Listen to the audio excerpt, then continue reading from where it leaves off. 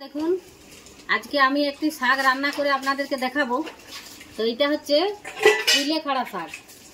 এগুলো দেখুন বাজারেও কিনতে পাওয়া যায়, আর যদি আপনাদের গ্রামের বাড়ি হয় তাহলে গ্রামে মাঠে ঘাটে পাওয়া যাবে, আর টাউনে কিন্তু পাবেন না, বাজার থেকে কিনতেই হবে।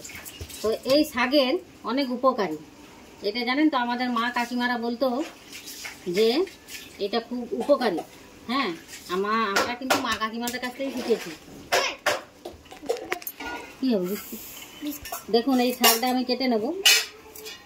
আমাদের মা কাকিমারাকে আমাদেরকে শিখিয়েছে, এখনো পর্যন্ত আমরা খাওয়াই আমাদের ছেলে মেয়েদেরকে। যদি কারো গায়ে রক্ত না থাকে আমরা কিন্তু এইটাকে বেটে থেতো করে রস করে খাওয়াই, বা যদি কেউ কাঁচা না খায় সিদ্ধ করে আমরা খাওয়াই। এই দেখুন শাকটা আমি কেটে নিলাম, এমনি করে সিদ্ধ করে খাওয়াই।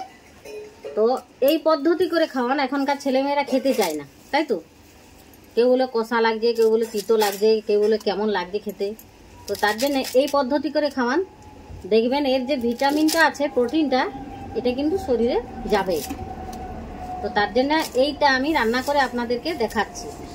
এটা কিন্তু আরেকটা জিনিসও তৈরি হয়, যে দেখুন সিরাপ তৈরি হয়, ভিটামিন সিরাপ। আমরা বাজারে গিয়ে কি করি, একটা দোকানওয়ালাকে বলি একটা সিরাপ দিন তো, তখন ওরা কি দেয় আমাদেরকে, ফুলেরম দেয়। তো ফুলেরমটা তৈরি কিন্তু এই জিনিস থেকেই হয়। হ্যাঁ, তো বন্ধুদেরকে আপনাকে বলে দিলাম, আপনারা জানেন তবুও আমি বলে দিলাম। তো আপনাদের যদি বাড়িতে থাকে বা বাজার থেকে কিনে আনেন, এমনি পদ্ধতিতে করে খাওয়াবেন, খুবই ভালো। রান্নাটা করি পারেন। সামান্য তেল দিলাম, এবার দিয়ে দেবো একটা শুকনো লঙ্কা,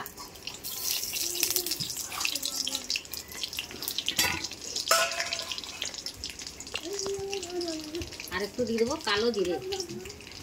কালো জিরেটা ফোড়ন দিলাম।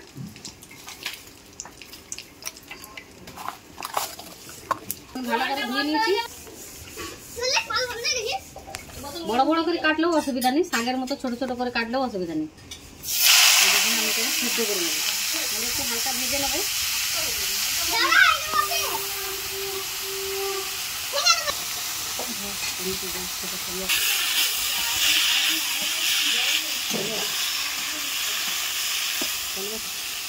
দেখুন এই যে এটাকে আমি ভেজে নেবো।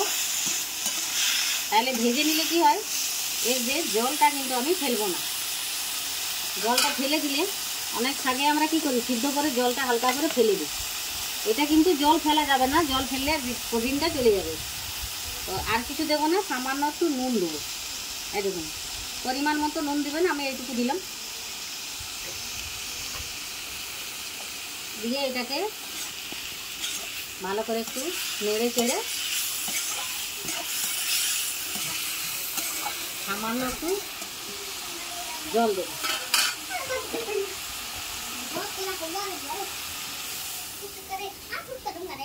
একটু জল দিয়ে দিলাম, এটা সিদ্ধ হবে। এটাকে এবারে ঢাকা দিয়ে দেবো, 5 মিনিট পরে এটা সিদ্ধটা না।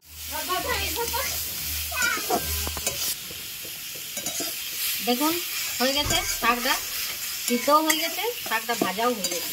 একদম শুকনো শুকনো করে ভেজে নিয়েছি, তাহলে যে শাকের জলটা পুরো ওই শাকের সঙ্গে মরে গেছে। তো এই শাকটা এটা আমি এবারে তুলে নেবো। এর পরেরটা আমি কি করবো আপনাদেরকে দেখাচ্ছি।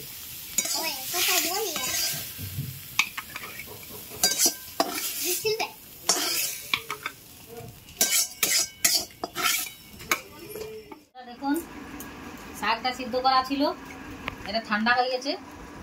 এই দেখুন একদম ঠান্ডা। এটাকে আমি শিলে নিয়ে নিলাম।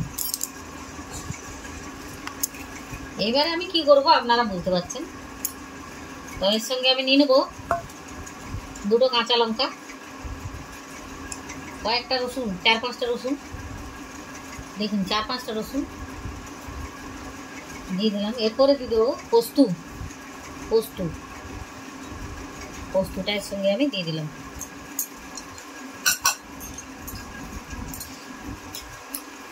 দিয়ে এটাকে এবারে বাটবো। তাহলে কি হয়ে গেল, শাক বাটা। এটাকে আমি বেটে নিই।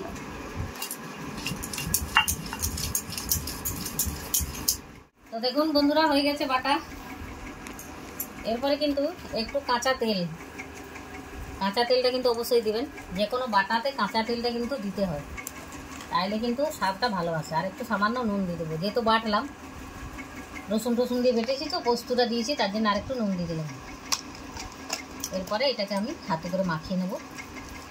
তো আপনারা এটা ভাত দিয়ে খাবেন, আর বন্ধুরা এটা বানিয়ে খাবেন। যদি ভালো লাগে তাহলে আপনারা শেয়ার করবেন আর কমেন্ট করবেন, আর সাবস্ক্রাইব করতে ভুলবেন না কিন্তু, আর লাইক অবশ্যই করবেন। আর আমার চ্যানেলটাকে আপনারা ফলো করতে থাকুন। প্রত্যেকদিন নতুন করে একটি করে নতুন রেসিপি নিয়ে আমি আপনাদের সামনে আসছি। টাটা।